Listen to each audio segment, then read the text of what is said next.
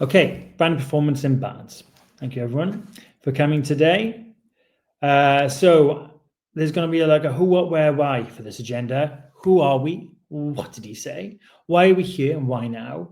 Who are the leading voices in this topic? What do I do next? Or what do you do next? How do you convince others? Where else has this worked? What did we cover in the session today? And what should I read next? So very quick, I'm not going to do a sales thing, and I explain why pretty much in the deck, but just very quickly, who are Balance an agency. It's part of a wider group, the Liberty Marketing Group you might have heard of. Balance started only just over a year ago, and we pride ourselves on being financial services experts, staffed with people who have got quite a lot of marketing in financial services experience. We pride ourselves in three kind of areas. Regulation, we understand it, we work very hard within it, but we don't let that sacrifice our creativity or what we try and do. We know what happens often in financial services is that compared to other companies that turn over the amount that you do, you tend to have a lot less staff. That's why we like to run these sessions to help out. And finally, we might all have these big strategic aims, but we also have short-term returns to achieve, and a lot of that is covered today. We do all of these things. I won't list them. You know what digital marketing is. These are the companies that we are fortunate to work with, and this list is growing all the time. I'm sure there's familiar names and some people on the call who are from these companies as well. Your speakers today are myself, Alex. I'm the co-founder of Balance, and also Sophia Glennon, who's Financial Services Industry Manager at Google. Very grateful to have her talking with us today. So a bit of a warning before we start. There are some terms in this presentation that marketers of a delicate disposition might find distressing. Colouring in department. Or, as I've just recently heard, glorified reprographics team, which I knew the word reprographics for years, but yeah, that's another way we might have been considered. Synergy. Just at one point I had to say it because it was the best word, but it's just a terrible word. Depends comes up a lot in marketing. The long and the short of it, if you haven't heard of the long and the short of it by now, you definitely will by the end of the session. And as brilliant as it is, I've heard about it a lot, but it does come up and it is important. Finance department. I say we shouldn't be enemies, but the finance department. But anyway, my apologies in advance. Let's begin. So some quick definitions here on performance marketing and brand marketing, because that does mean different things to different people. I'm going to list these so we're all on the same page as we start. So performance marketing does usually have a short-term measurable business impact. That's the performance bit. Does tend to speak more in terms like CPA, ROI, ROAS, TROAS, etc. Does often contain real-time biddable aspects, not always, but usually in purchasable media. But it does not mean digital. Performance marketing in different forms has been around a lot longer than digital has. Take coupons or anything that Drayton Bird worked on the last 60 years. So yeah, it's been around for a long time. It does not automatically mean that it's more efficient or cost effective, which we all lulled into at one point. And it does not always mean accurately measurable. It just gives the perception of that. But then brand marketing. Brand marketing does usually focus on building emotional connection with the business, between the business and the customer. It does tend to go for a broader reach to build awareness. And it does usually have a longer window of impact to business returns. But it does not just mean TV or offline or whatever, or billboards. And it does not mean it won't drive short-term sales. And it does not mean things like the logo and the slogans and everything like that. So I'm going to be highly egotistical and talk about myself for about 5 minutes or 2 minutes. So I do apologize in advance again. But I took this idea from Grace Kite, Dr. Grace Kite, who does brilliant work. And she talked about the digital marketing life cycle and what happened over the last 15 years. And I talk about it in terms of myself because my career grew through this. So I know it quite intimately. And there's probably a lot of people on the call. I know there's a lot of people on the call who actually went through this as well. So first of all, let's start at 2010 and pre-2010. At this point, marketing had become this, in a lot of companies, particularly smaller companies, marketing had become this coloring in department. You talk about marketing to your boss And so they'll go, well, we can't afford TV ads, and we can't afford this brand building, and we can't do that. So can you just do some brochures, maybe some emails, because we're super technical, and maybe if you could update the faces on the website, because Dave left 3 months ago. That was almost become marketing's job. But then suddenly, digital marketing arrived on the scene. Obviously, first and foremost amongst those, Google, but there were loads of other tools. It just exploded. And those of us who are in the right place at the right time, suddenly we're heroes, okay? Because we get it. Maybe we've got a bit of an aptitude for technology. Maybe I don't know, we're open-minded because a lot of us were new to marketing at the time and trying to make our way. So online advertising will solve everything. That's what we thought. And as this goes on over the course of those 5 years, the brand marketers, for want of a better word, or the offline marketers, whatever you wanted to call them at the time, the brand marketers were losing budget to us. You know, whenever there's a budget cut in big companies, sometimes it was the brand people that had to sacrifice their budget to start affording this new fantastic digital marketing thing, you know? But the problem is that over time, we kind of put too much faith into it, and not because it in itself was wrong, but because we almost forgot to think. We went, well, hold on, let's just we want architects, and we want this, or we want people who want to buy a mortgage, and we just click the button mortgages in Meta or whatever, or Facebook as it was, and let it run, without necessarily starting to think about why we were reaching those people, or what would have been important to them, or all the stuff that we were taught about marketing. So of course, time goes on, and we get towards the later end of the teens, particularly when we get to time of maybe pre-COVID, right? Where we're going, hold on, actually, it's really hard to work with this. It's sometimes we're getting real challenges. We can't seem to push. You know, I was working in Go Compare by this point, and we had a budget of tens of millions, but there was almost like this constant ceiling. And I always felt that whenever TV was pulled back, maybe to save money, actually it made paid search much harder. But I, at the time, didn't really have the vocabulary to understand why that was happening. I kind of could recognize that ceiling, but I didn't understand why.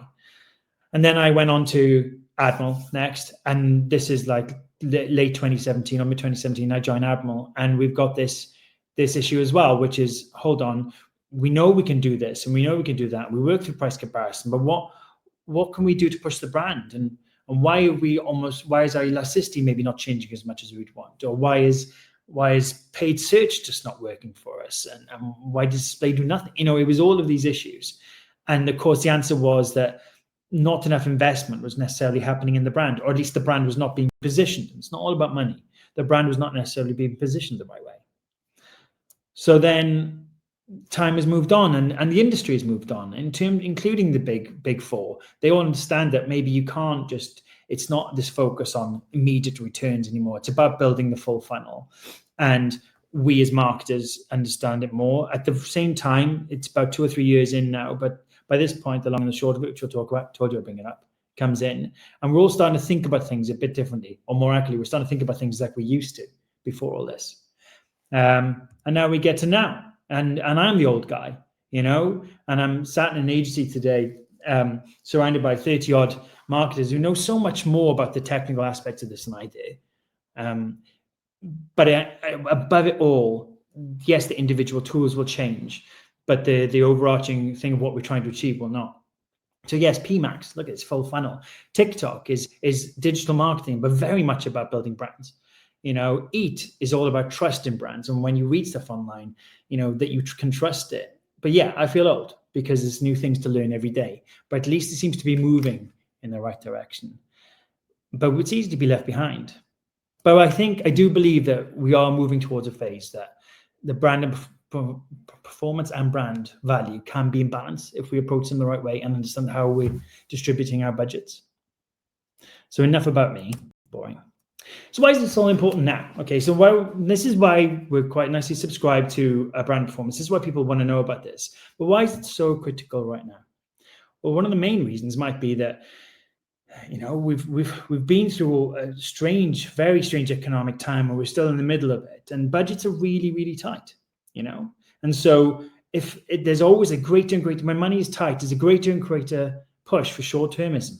And sometimes if your business isn't going to be around next year, then yes, you do need to invest in getting sales through the door. But big, huge businesses that are very stable are still thinking very short-termist, because right now money isn't tight, even though brands take time to build. So we've got to work about, not just about, okay, well, this is how we're going to perform right now, but we've got to think about what's going to be like in a year. What do we want to have done 2 years from now? And there's another reason for that, is because there is light at the end of the tunnel. Now, it depends on which economist you listen to, but certainly there's a consumer confidence rise. Mortgages and all those are starting to boom. We've got rates in the right position. It's starting an improving position. The markets are shifting. And the marketers that either aren't on top of their performance marketing or aren't on top of their brand, or they're both together, they're going to miss out when others grab it. So who do we listen to when we try and work out, what's the best way to approach this? I've listed 4 people that I really respect here. But there are millions out there, and I'll leave a list at the end. And I'll talk through them now. So we've got 95% rule by Professor Baron Sharp and the Ehrenberg Bass Institute. We've got the 60-40 rule, also part of the long and short who have been in the field. We've got the performance plateau by the excellent Dr. Grace Kite. And then we've got triple cook chips, classically by Professor Mark Ritson. So for those of you unfamiliar with the 95% rule, this is why brand comes in so importantly. And this is the thing that when you're trying to convince others who maybe are not marketing minded why you do brand, it's just common sense.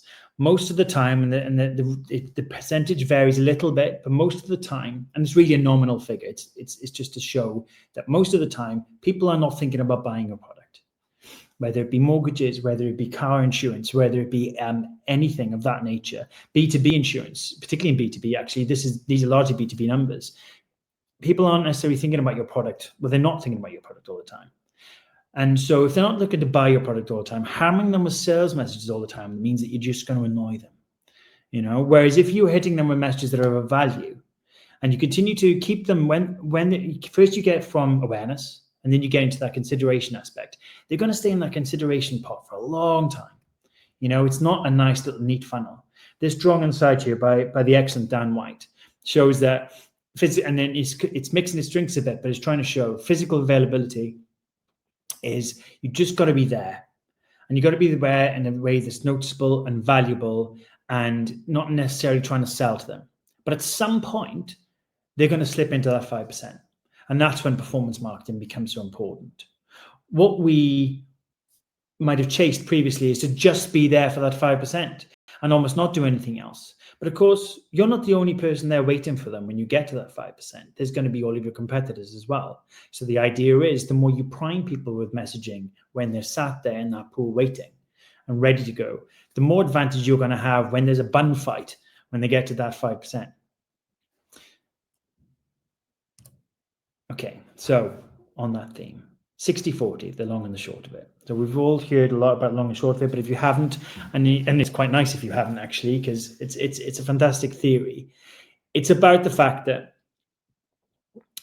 short-term sales messages appear to be much more important than much more impactful than brand messaging initially. And if you look at this chart here, the yellow spiky line is short-term sales. It might be promotions, it might be a sale, it might be an offer, whatever it might be. And if you put 100 grand today on discounts and 100 grand today on branding, I almost guaranteed tomorrow, aside from putting something in, well, you'd buy about 1 second of the Super Bowl, but tomorrow the promotion is going to work much more better, for you. However, over time, as soon as you stop the promotion, you back down to zero. And we all know it. You drive a sale, we stop the sale, we turn the taps off, back down.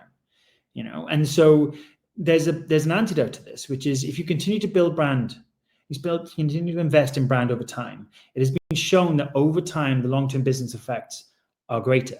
Now, it doesn't mean you do one or the other, but it means that you should mix your budget to a degree that you're always building that step-up ladder, that thing that doesn't drop off a cliff. At the same time as doing short-term messaging. 60-40 comes from the fact that from when they analyze loads of IP effectiveness database, 40% investment in performance marketing and 60% investment in brand building was the right mix. But we'll talk about that in a little bit. So that sounds lovely, but there's a lot of people who have issue with the long and short of it is that it sounds great, but actually applying it practically is very difficult. Because you can't turn out to your boss tomorrow and go, you know what, we're going to stop all the PPC, and neither should you. We're going to stop all our PPC tomorrow, or we're going to stop going to events and talking about ourselves. We're just going to bang it all into search. You can't go out there because it's not the right thing to do, but also it's at least when a business starts, performance is actually really good. Paid search is brilliant for growing businesses, as is affiliates and all those other things that are more performance related. What happens is, and Grace Kai talks about this excellently in Magic Numbers, that often businesses hit this performance plateau. So you've found the latent need in the market and you've hammered it and got awareness out there, and you get to an efficiency curve and you go, right, okay, we've got the right price, there's a good CPA, but then you flatten off. And you go, why can't I? This was working really well before. Why isn't it when I push more money in now, I just get a worse CPA? What's going on? And that's because you've maxed out that 5%, basically. You've maxed out the people you can hit when they drop to that bottom of the funnel. And that's where you start thinking about awareness building and going outside your circle, outside the 5% and outside that. And that's when here's the word. See, it's not even my word, synergy. That's where the synergy comes in. Because that's when you start to build up over time. And that's when you start to accelerate the impact of your search. And, there's a great, I'd recommend the Magic Numbers. They've got loads of real-time case studies in this. I'll talk about a couple later. Okay, there's a lot of theories here. So Mark Whitson, maybe as a Mickey take, said, well, I got a new theory. It's called triple cooked chips. All right. So you take each of these theories and you kind of mix them together, and what you get at the end is maybe how you should be at least building a budget. So his recipe for a budget was start with about 10% of turnover. Now, this came from another piece of work with Magic Numbers, and that's a big number, 10% turnover. All right. Actually, over time, it's moved more between the 5 and 10. And what they found is that between 5 and 10% of turnover invested in marketing causes positive growth, and is strongly correlated with positive growth. So take 5 to 10%, it depends. Then apply the long and the short of it as your starting number. Okay, so if we've got this much money here and this much money here, if we spend 60% of it on brand and 40% of it on just pure business impact, performance, immediate impact, what do we get? Then you start to run it and you start to go, okay, well, what's it doing? You've got to give it time, you've got to give it a runway. But you do that over time, and that will help you start to work out, because of course it's not going to be 60-40. It will vary. I mean, within financial services, it varies quite a lot, but I'll talk about that next. But you adapt your budget to circumstances. The bonus step for the quadruple cooked chips was back to Grace Kite, where she went, actually, things are changing. This all sounds lovely in theory, but the market's tough at the moment. So you need to adapt to that. And why is that? Well, and the example here isn't actually financial services, but there are different types of financial services that we might buy, might not buy. We might buy gadget insurance when things are good, but we might not. But we always have to have car insurance. It's a necessity if you drive. So there are different types of products. And what they found was it doesn't matter. All of these things can be factored, but if the economy is tough, it is going to have an impact. And you've got to choose your battles. Pick your time when you are going to invest. Have aware of the market. Now, there are other factors that affect how you adapt your budget. Are you a new business? Performance is really, really impactful there. Is it a new product? Raising awareness is really important. Are you a big business? Because actually brand investment is probably more important than pure performance at that point. But are you the market leader? Are you innovating? And is your sector growing? Now, these are lots of things to consider, and there's a lot of analysis on all of these things. There is an excellent calculator out there called Tracksuit. I took Tracksuit, the way Tracksuit approaches the question, and built my own calculator, absolutely built to a ChatGPT, and it absolutely does work. You can trust it. Now, I'm reliably informed. The Bard is very, very good now and better than ChatGPT, but I only used the old version, which couldn't do this. The new version apparently can, the Gemini update. I'll try it again. But anyway, this is on our site. You literally say, if you're a new business or an old business, whether you're innovating into a new product, you put all those things in, press a button, and it'll give you a percentage to start with. Okay? It's not going to be magic, but it'll give you a good, strong percentage that you can base in common sense to go, this is really how our budget should be looking. Now, for all of these theories, there's things to consider.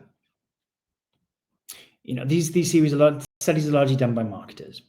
So trying to go to your finance director and say, this marketer said that I should be doing more marketing is like trying to convince a vegan that they should eat beef because a farmer said so. All right. It's not going to work. All right. So you've got to bear that in mind, that it's got to be based on some fact.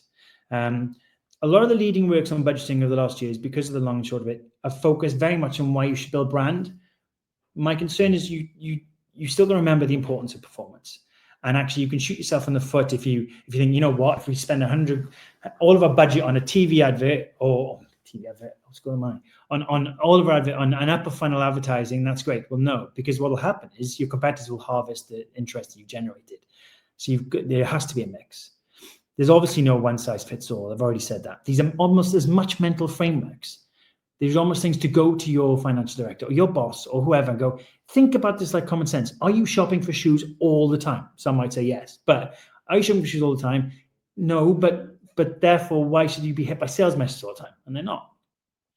Don't be dogmatic though, and by this I mean don't be so stuck in this you can't open your mind a bit. I talked a little bit on LinkedIn only a week or two ago about the fact that I had a very different viewpoint of this when I was in GoCompare, and before that, when I was this up and coming digital marketer. I thought I knew it all, and I didn't. I absolutely did not. I didn't have a clue the bigger picture that I was really playing a part of. And so be willing to be flexible. And also, some of these louder voices, they disagree themselves. That's why you need to keep up on the reading, because there'll be new data, there'll be new science. You go, you know what, maybe we should adapt our thinking there. The mix of brand performance is just one part of successful advertising.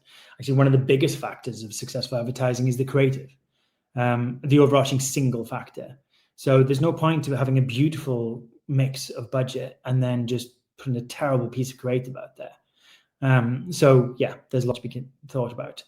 And this is where we get to the next bit. Just because you have a fantastic plan, just because you have a plan that other marketers would weep to look at, it doesn't mean you're going to get budget. So this is the big thing, right? You can sit in front of and you can see the cartoon.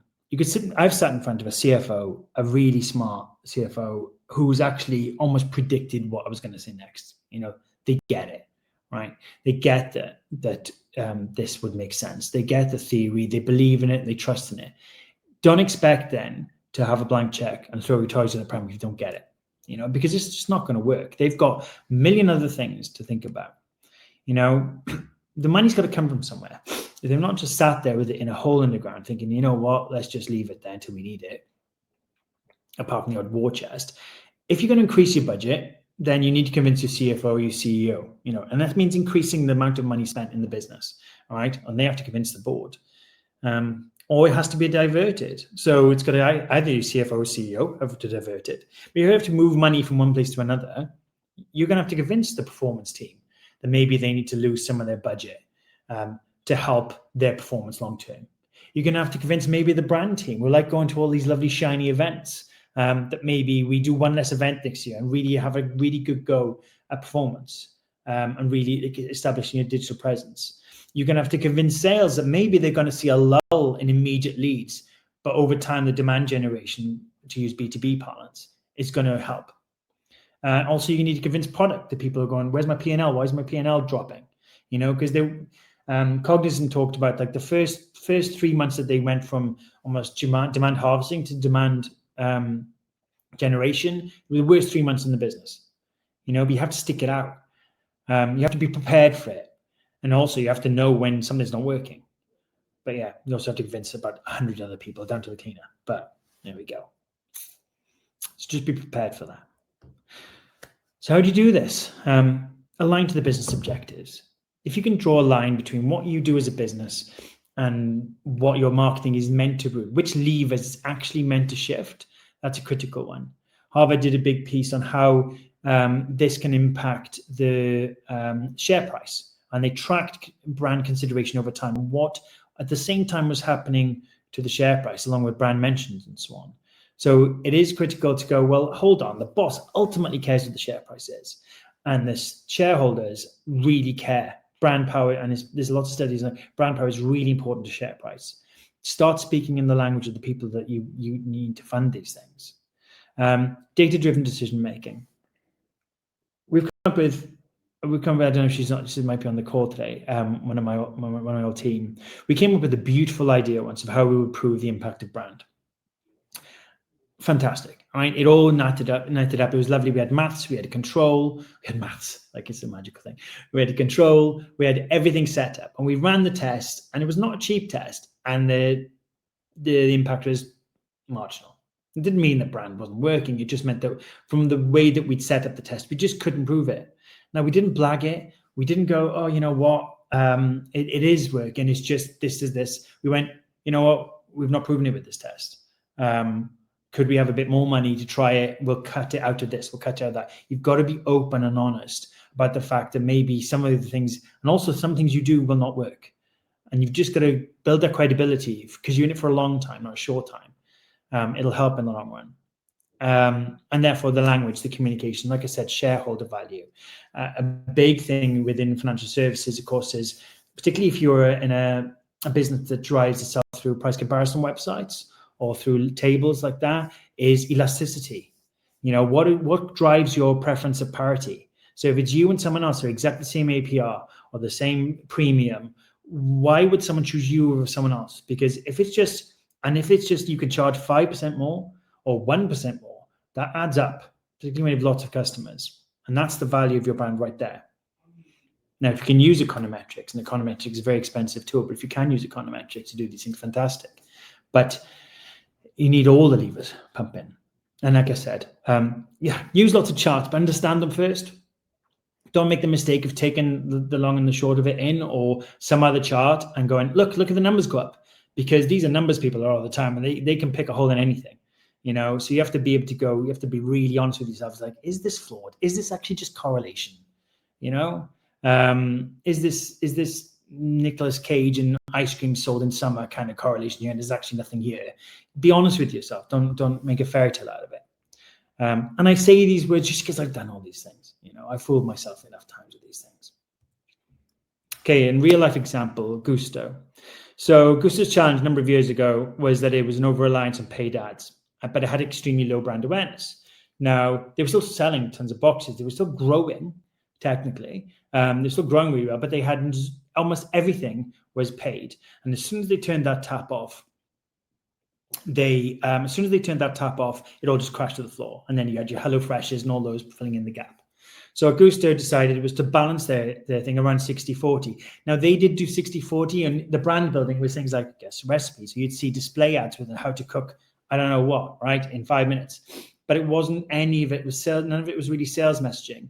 It was all about value, okay? Just necessarily even on TV or anything. It was YouTube videos. It was all this sort of stuff. It was about building upper funnel brand awareness. And they shifted their budget considerably towards this high quality brand stuff, and then moved more towards 40% performance. Now, they didn't go up and it feels at 60-40. They used a lot of their own data and a lot of their own tests to get there. Now, today, as of when this date was, and sorry, a couple of years ago, they almost get 75% organic customer acquisition. Now, they're much, much bigger than those days. They probably spend just as much, if not more, on paid search, etc., as they did before. But the point is, they're making a hell of a lot more business by building up that funnel. And what it is, and look at the circle, look at the diagram to the side, huge, unaware, low intention to purchase. You know, people, maybe they've heard, or maybe they just don't want to buy this stuff.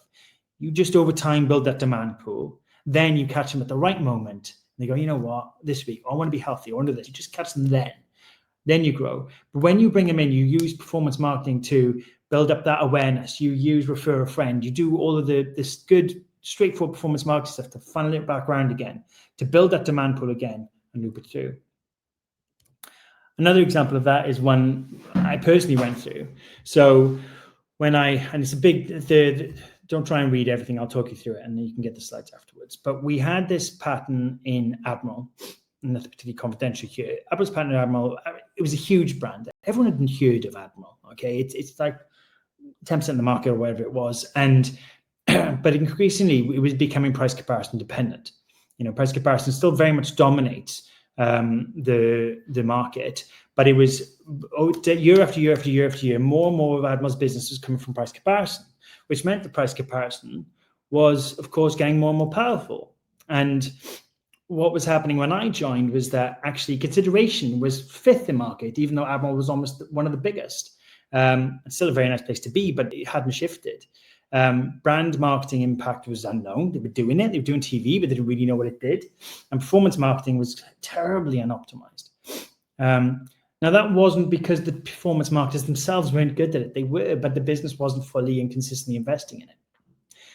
So we increased our investment above the line. We reviewed the creative, because creative is so critical. We started doing true measurements of click-through rates versus control. We merged performance and brand into one team. So we used to have a digital team and an advertising team. We merged them into one, still trying to achieve the same thing. And then we moved into method over just what our mix was. Over time, what this meant was price comparison dependency stabilized, didn't keep growing. In fact, in my time, it reduced slightly. The click-through rate from 3rd position, which was how we were measuring our elasticity within marketing, and we could measure that, it correlated very tightly to wherever our consideration was. We moved our consideration to number 1. We had the lowest, I don't know if they still do, but they had the lowest direct CPA in the entire market by quite a considerable amount, and the cost per acquisition almost halved. And this was something I saw myself firsthand. So it does work.